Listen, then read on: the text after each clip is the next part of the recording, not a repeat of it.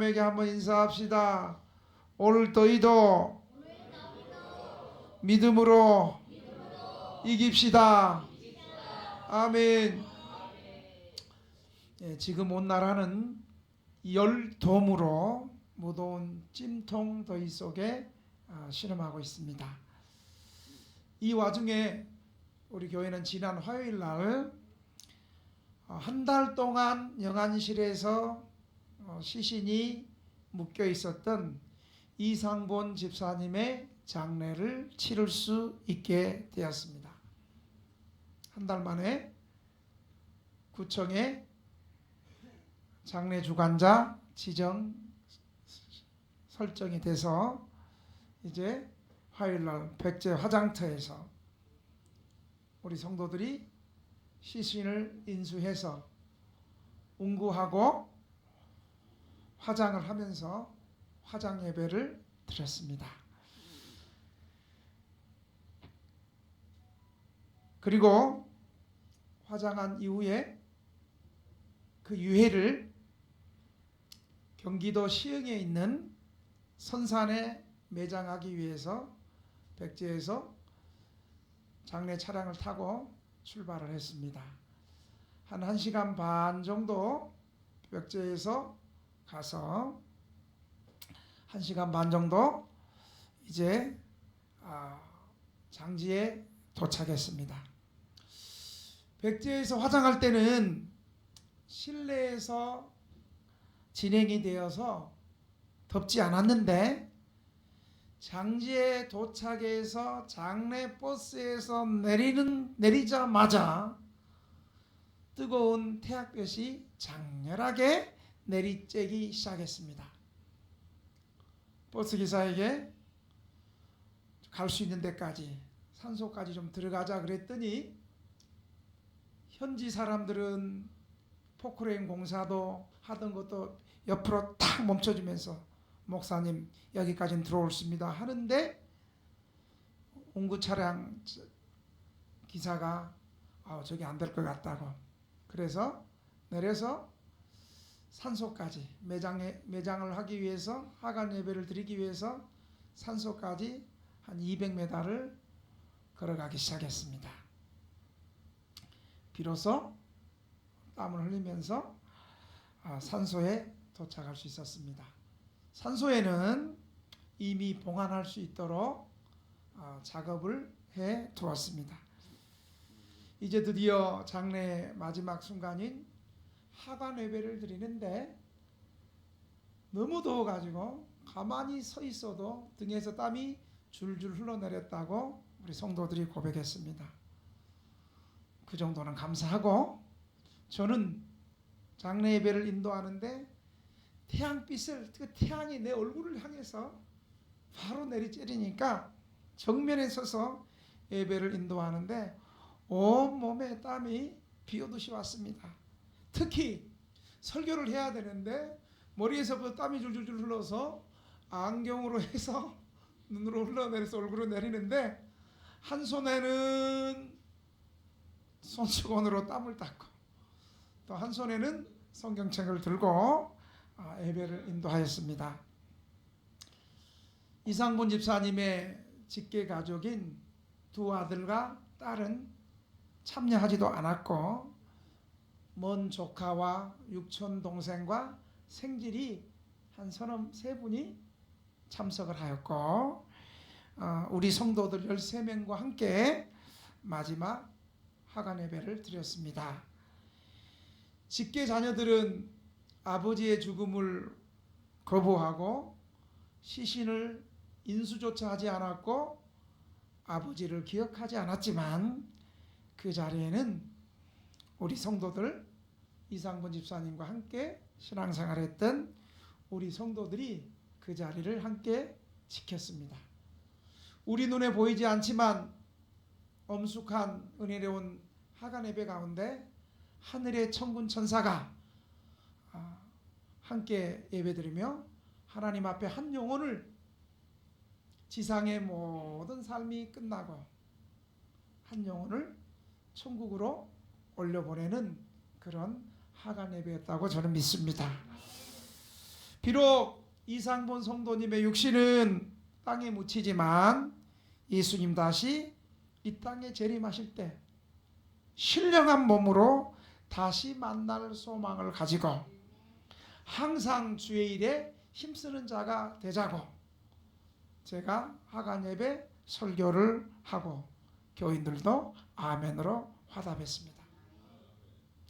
오늘 본문도 예수님께서 친히 인자, 예수님 자신이 우리는 예수님, 구세주, 그리스도 이렇게 부르지만 성경에서 예수님 자신이 구속사의 특별한 역사를 말씀하실 때, 다시 말하면 구원을 선포하시고 구원의 놀라운 비밀을 말씀하실 때 인자가, 이런 말을 써요. 인자, 사람의 아들, 인자가 메시아, 구원자라는 말이에요. 인자, 예수님 자신의 재림에 대해서 오늘 본문은 말씀하고 있습니다. 예수님의 말씀이 다 귀하고 복되고 은혜롭고 구원의 말씀이지만 특별히 이제 이 땅에서, 지구상에서 우리가 이 세상에서 살다가 이제 이 세상을 마지막 종말이 완성되는 예수님의 재림의 말씀은 반드시 기억하고 잊지 말아야 될 말씀입니다. 그동안 우리가 이 땅에서 신앙생활을 잘 해왔다 할지라도 예수님의 재림, 인자가 이 땅에 다시 심판하러 오실 그때, 그 찰나적이고 순간적이고 온 우주의 역사를 심판하실 그때를 잊어버리면 세상의 안락과 향락에 취해 있으면 그동안 신앙생활 잘해왔던 것이 헛수고가 되고 헛된 물거품이 되기 때문입니다. 그러므로 우리는 예수님께서 친히 말씀하시고 약속하신 대로 예수님이 다시 오실 것을 믿고 기억하면서 영적으로 깨어 있어야 됩니다. 우리 옆 사람에게 인사 한번 합시다. 예수님의 재림을 기억합시다. 여러분, 이 마귀가 예수님의 재림에 대해서 한국교회와 세계에 혼란을 주기 위해서 마귀가 두 가지 술책을 했어요. 이단들을 통해 가지고 예수님 재림합니다, 재림합니다, 재림합니다. 우리 한국에도 1992년 이장님 열풍, 그때 앵커가 그랬어요. 앵커가 이장님 씨와 그 신도들이 오늘 1992년 12월 31일 밤 12시로 예수님이 재림하신다고 그랬습니다. 그 앵커가 그러면서 자, 이제 재림하시기 5초 10초 남았습니다. 9, 8, 7, 6, 5, 4, 3, 2, 1 땡! 그러면서 카메라가 이장님이 예수님 재림하신다 그쪽을 보여줬어. 예수님의 재림은 임하지 않았습니다. 사단이 이단들을 통해서 예수님의 재림의 날짜를 꼭 알 수 있는 것처럼 그렇게 해서 한국 교회와 세계 교회 예수님은 재림하지 않는다, 요거를 심어줬어요. 그래가지고 두 번째 사단이 우리 교회처럼 그리고 지상의 정통 복음주의를 사수하고 바른 복음을 전하는 모든 교회들이 예수님의 재림을 준비합시다 하면 마치 그 사람들도 이단 종파처럼 재림에 대해서 요한계시록에 대해서 설교하면 마치 이단 종파의 한 종교 집단처럼 전략을 해서 이제 정통교회들이 예수님의 재림에 대해서 말하기를 힘들게 하고 부끄럽게 만들었어요. 그럼에도 불구하고 예수님의 재림은 성경이 약속한 진리이고 예수님께서 분명히 말씀하셨기 때문에 반드시 예수님의 재림은 언젠가 불현듯이 오신다는 사실을 믿으시기 바랍니다. 언제 재림하시냐? 맨 앞에서 졸고 있을 때, 아멘 안 할 때, 맨 뒤에서 강사를 째려보고 있는 그때에 우리 주님은 불현듯이 아마 재림하실 거예요. 그러므로 우리 옆 사람에게 다시 한번 인사합시다. 예수님의 재림을 기억합시다. 예수님의 재림을 기억하려면 오늘 저는 4가지로 여러분들에게 말씀을 드리려 합니다. 첫째, 우리가 이 세상에 살고 있지만 하나님의 계절의 변화를 주의해야 합니다. 이 땅에 살고 있지만 하나님의 계절의 변화를 주목하고 주의해야 됩니다. 오늘 32절에 보니까 하나님의 계절의 변화가 뭐냐면 32절에 이렇게 말하고 있습니다. 무화과 나무의 비유를 배우라. 그 가지가 연하여지고 잎사귀를 내면 여름이 가까운 줄 아나니 이와 같이 너희도 이 모든 일을 보거든 인자가 가까이 문 앞에 이른 줄 알라. 32절 33절에 말씀합니다. 무화과 나무의 비유를 들어서 예수님이 곧 재림하실 것을 가르쳐 주고 있습니다. 무화과 나무가 새롭게 자라는 것을 보고 여름이 오는 것을 알 수 있는 것과 같이 예수님이 재림하실 때는 세상의 징조를 보고 예수님의 재림을 깨닫고 준비해야 된다고 말하고 있습니다.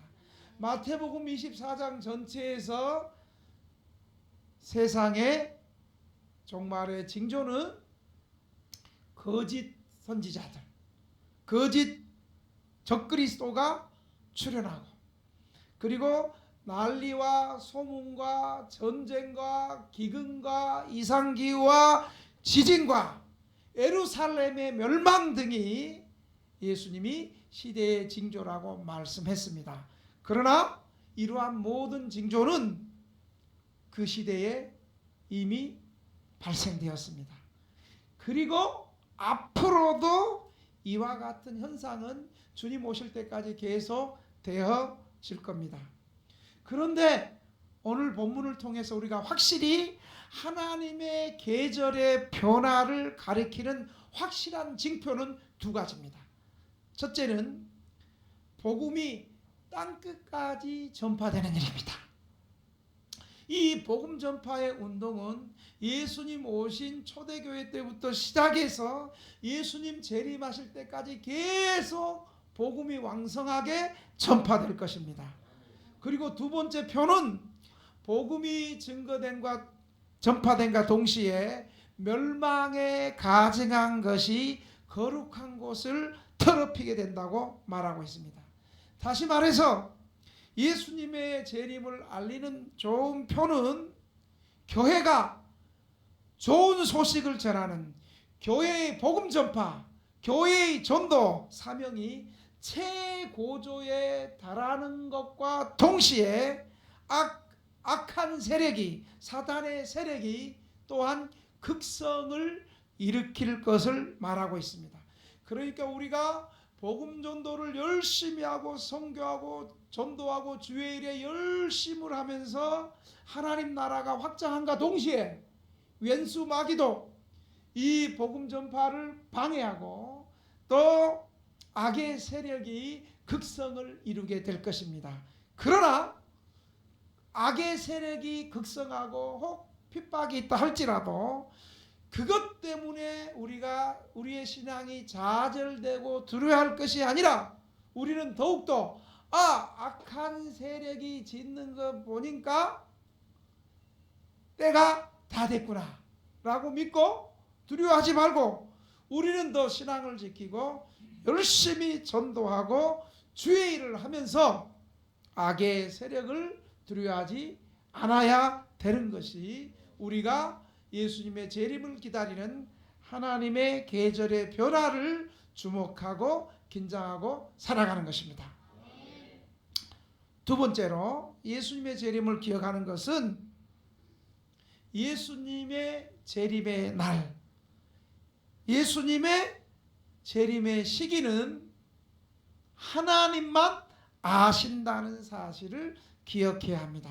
36절에 보니까 그러나 그날과 그때는 아무도 모르나니 하늘의 천사들도 아들도 모르고 오직 아버지만 아신다.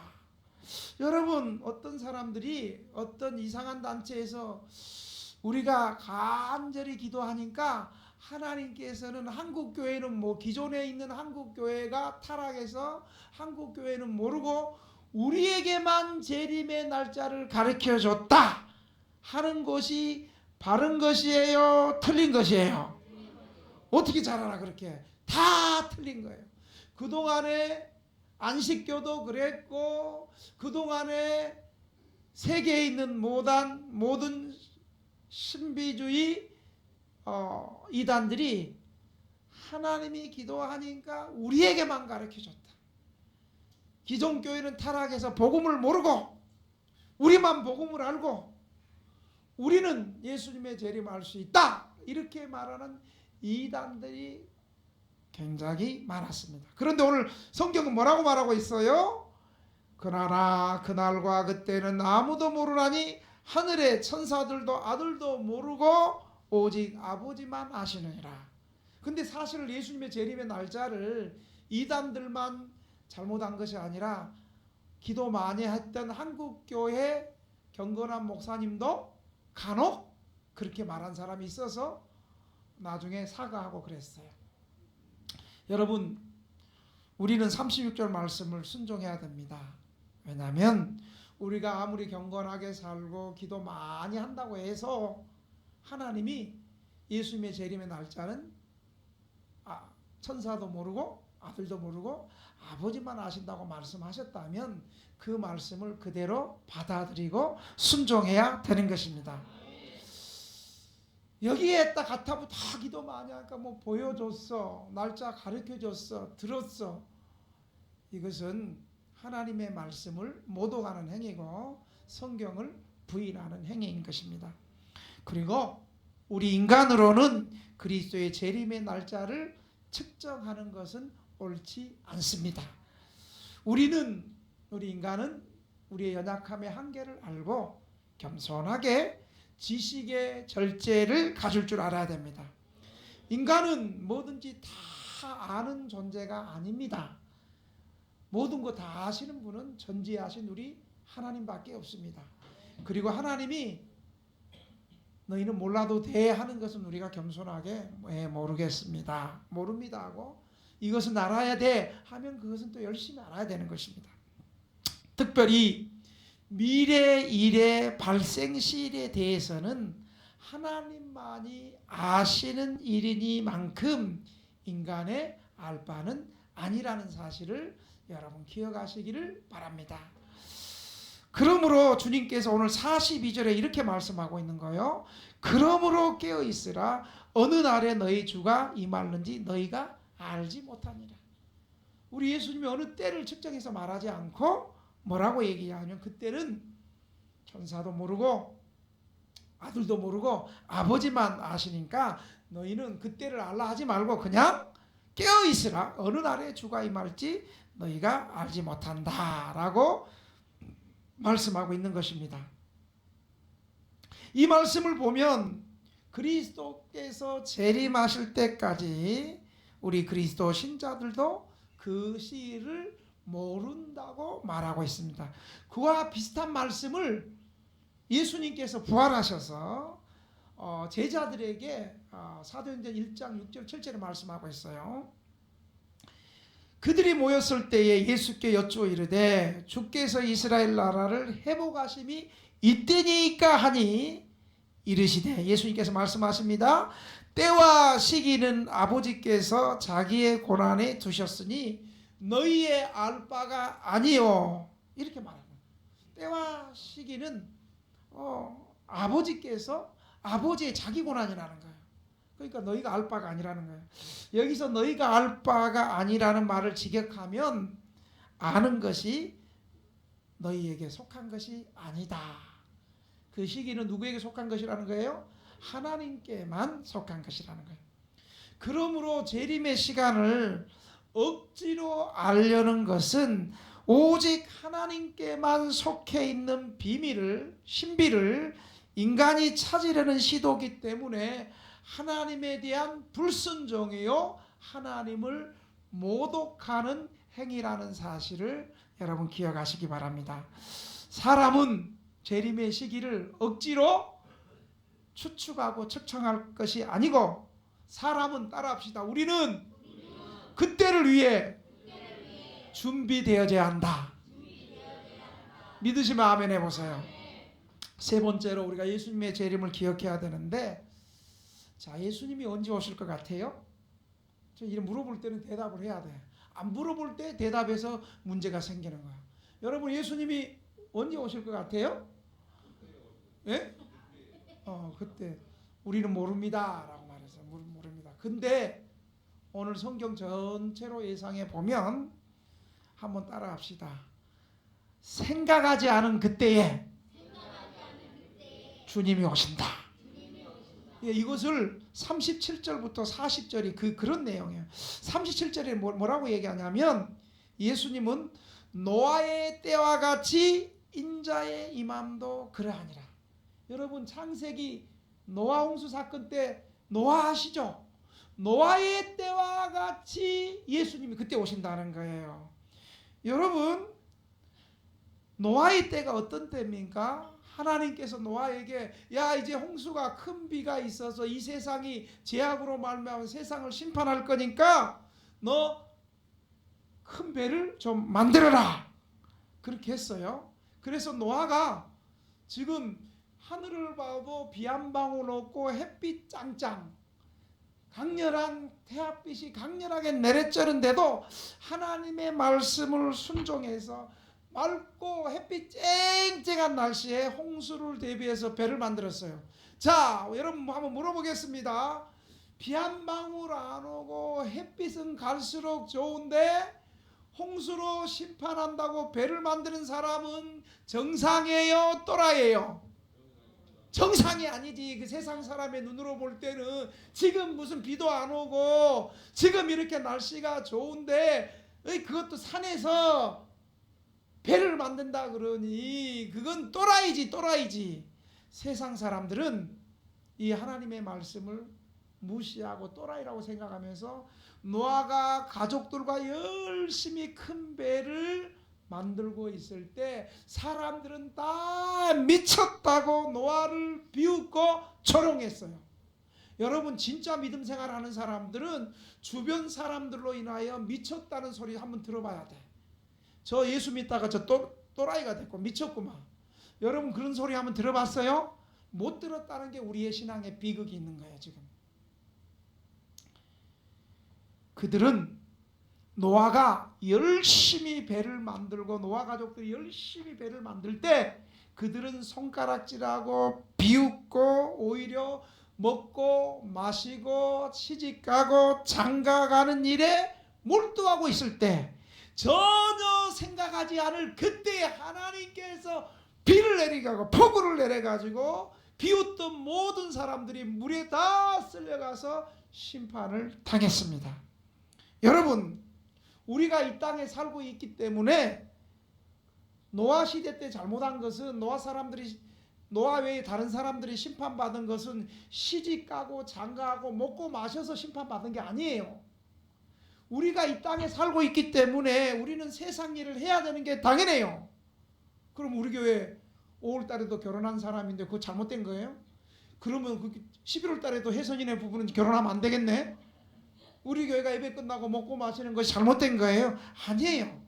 먹고 마시고 장가하고 시집가는 것이 잘못된 것이 아니라, 이런 일상의 일을 하더라도 너무 세상에 몰두함으로 하나님이 계신다는 사실을 잊어버리는 것이 잘못된 거예요. 근데 왜 아멘을 안 해? 인간의 생사가 하나님의 장중에 있다는 사실을 기억해야 됩니다.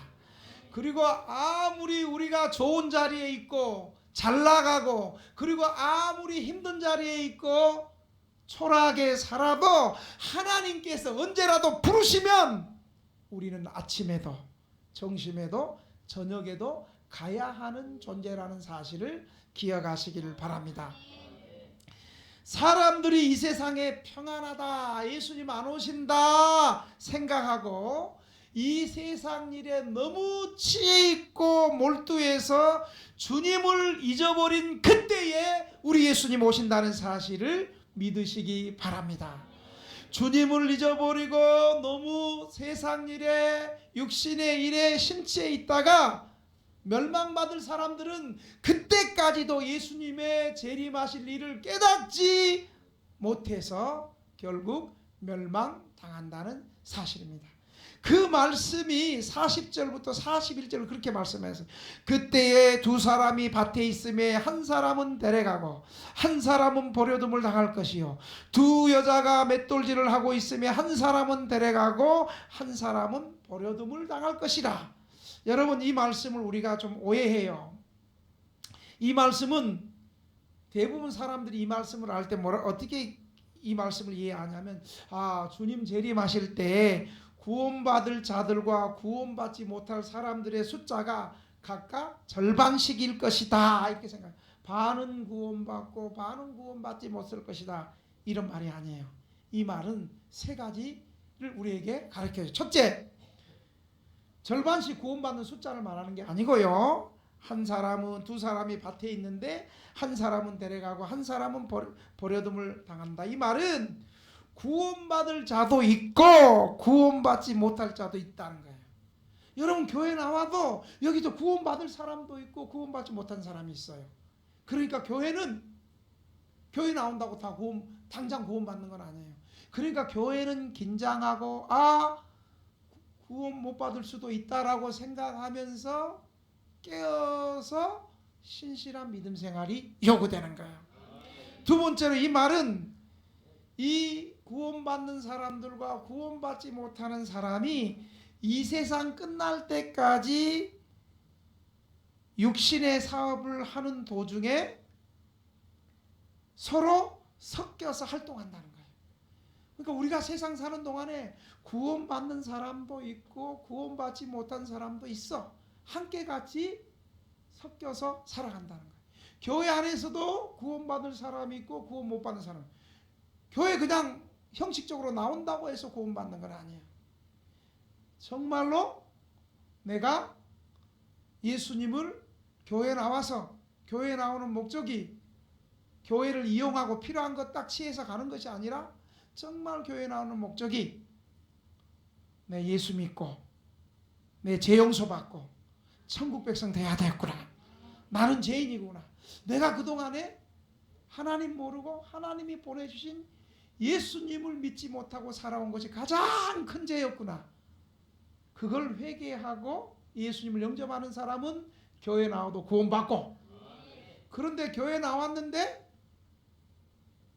당장 갈 데가 없어서 배고파서 교회 나오고 사회복지 혜택을 받기 위해서 수급자 되기 위해서 또 수급자 될 때까지 또 잘 나와 발톱을 딱 숨기고 있다. 그리고 또 아프니까 와서 폐암 치료 딱 받더니 도망갔어. 또 낫고 나서 그러더니 또 갑자기 또 교회 나오고 있어. 왜 나왔냐 그랬더니 이제 폐암은 나왔는데 무릎이 아파가지고 또 나왔어. 그래서 내가 그때 지난주에 그 예언을 했어. 여러분, 이분은 바로 낫기 위해서 바로 기도를 해야 될까요?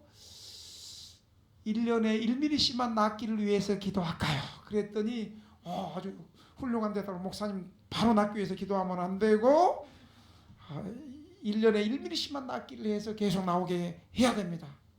그 말이 끝나기도 쉽게 벌써 도망갔어. 이런 사람이 섞여 있다는 거예요.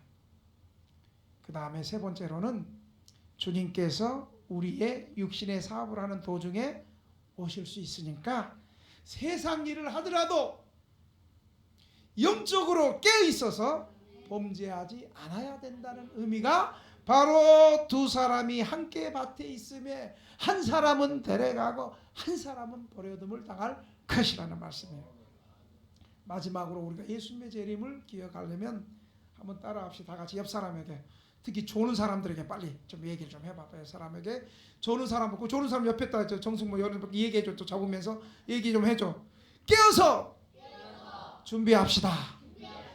그럼 너 안 잤는데 그러면 안 돼. 예, 저희가 잤습니다. 회개하겠습니다. 다시 옆 사람에게 한번 인사합시다. 깨어서 준비합시다. 42절에 그러므로 깨어있으라. 어느 날에 너희 주가 임하는지 너희가 알지 못함이라. 여러분, 깨어있다는 것은 쉬운 일이 아니에요. 특별히 지금 예수님 재림하신다고 2000년을 기다렸는데 예수님 재림했어요? 재림 안 했어요?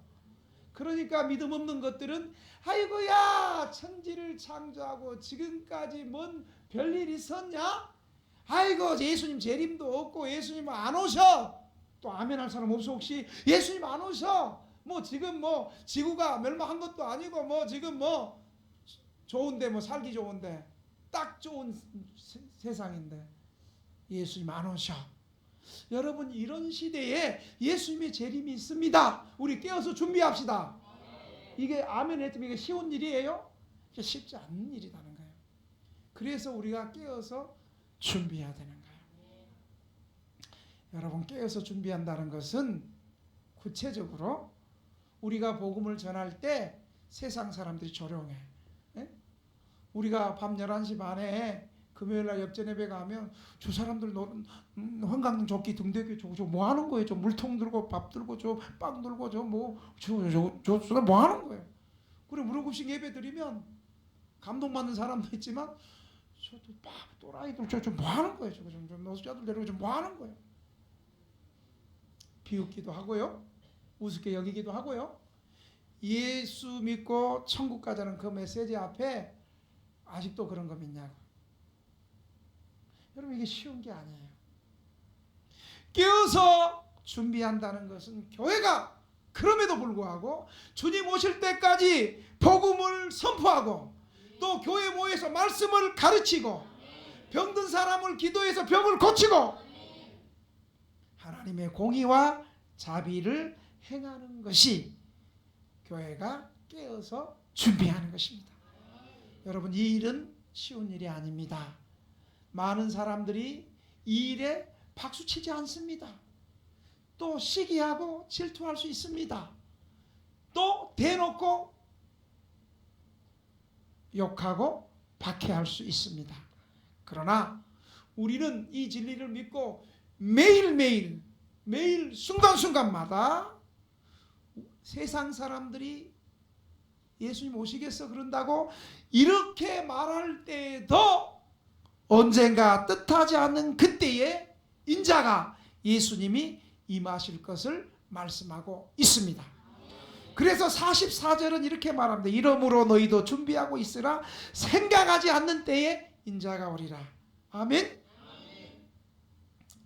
중요한 것은 언제 예수님이 오시느냐, 종말이 임하느냐가 아니라, 한번 따라합시다. 어떻게 살아야 하느냐, 어떻게 준비되어야 하느냐. 날마다 깨어서 준비하는 등대교회 성도들이 되어야 될 것입니다. 사랑하는 등대교회 성도 여러분, 이제 말씀을 마치려고 합니다.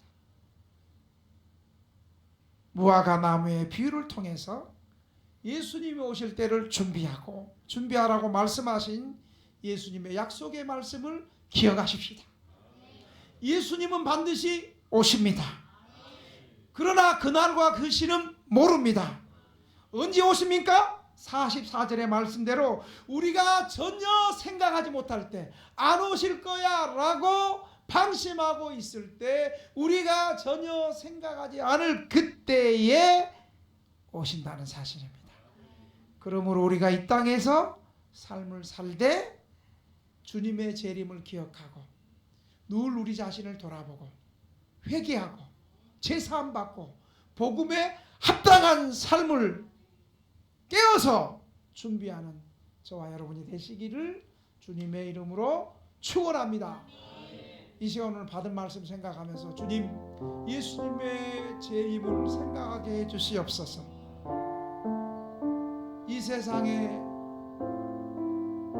정치적으로, 경제적으로, 사회적으로 혼란하다고 할지라도 그걸로 인해서 우리의 마음이 뺏기지 않고 다시 오실 예수님, 우리 예수님의 심판대 앞에 설 날을 생각하면서 주여 하나님의 계절의 변화에 주목하게 살게 하여 주옵소서. 예수님의 재림의 날은 하나님만 아시는데 깨어서 기도하게 해 주옵소서. 생각하지 않는 때 주님이 오실 때를 생각하면서 깨어서 준비하는 우리 모두가 되게 하여 주옵소서. 주님 한번 부릅니다. 주여, 살아계신 아버지 하나님, 주님